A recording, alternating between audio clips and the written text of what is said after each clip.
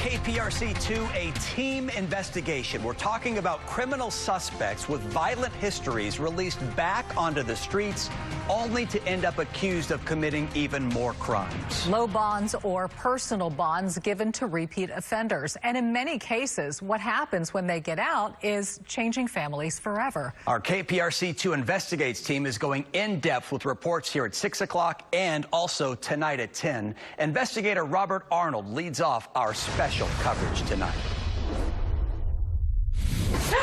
Yes, come here. Come see Mama. Melanie Infinger wonders what she'll say to her 2-year-old granddaughter, Alexis. That isn't something I replay over in my head all the time. How do you tell a child her mother was murdered and the person accused of the crime is her father? I worry about when she starts school. I worry about, what her friends are going to say, or, about her mom and her dad. At 20 years old, Caitlin Rose Guajardo was a burgeoning artist and a doting mother who was pregnant with a second child. Caitlin was married to Alex Guajardo. Like most women in domestic abuse situations, really believed he was going to change. When she wound up in the emergency room, Caitlin finally pressed charges. Ultimately, it cost her life because they let him out. When Guajardo was charged with attacking Caitlin, he was already out of jail on a pair of bonds. Neither required him to put up money before his release. He was facing charges of a second DWI and running from an accident. Did she believe he would get out, or did she believe he would stay in? Oh, we absolutely thought he was staying in. Even though he was already out on 2 bonds and now charged with assaulting Caitlin, Guajardo was released again on a personal bond. 48 hours later, Caitlin and her unborn child were dead. How many murders are going to have to take place before we wake up and realize this is not the right path forward? After reviewing murder cases filed during the last 2 years, KPRC-2 Investigates found 27 cases where a defendant was out on 2 or more bonds at the time they were accused of killing someone.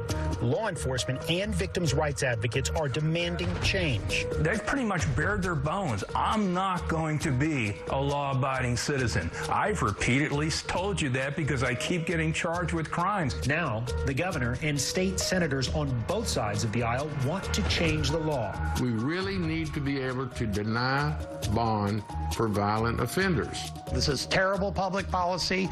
It shouldn't happen, and these judges have got to stop what they're doing. Another concern is the increasing use of unsecured or personal bonds in felony cases. These bonds don't require defendants to put up money for their release. In 2015, out of all the felony bonds issued, just over 3% were unsecured. By 2020, that number grew to nearly 30%.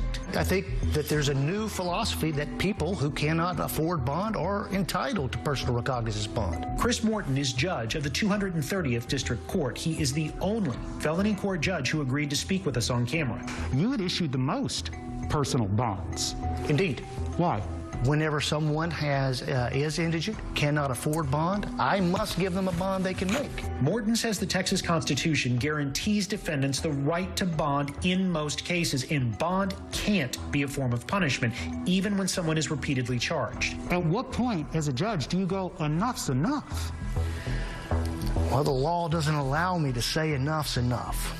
If a person is accused of a crime and accused of another crime and until they're convicted, they're still must be treated by a judge or by a jury as they're innocent until proven guilty.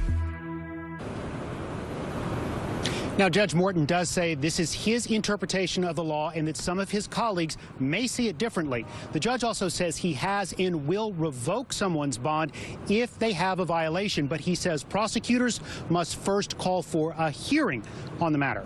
Clearly, this is a complicated subject.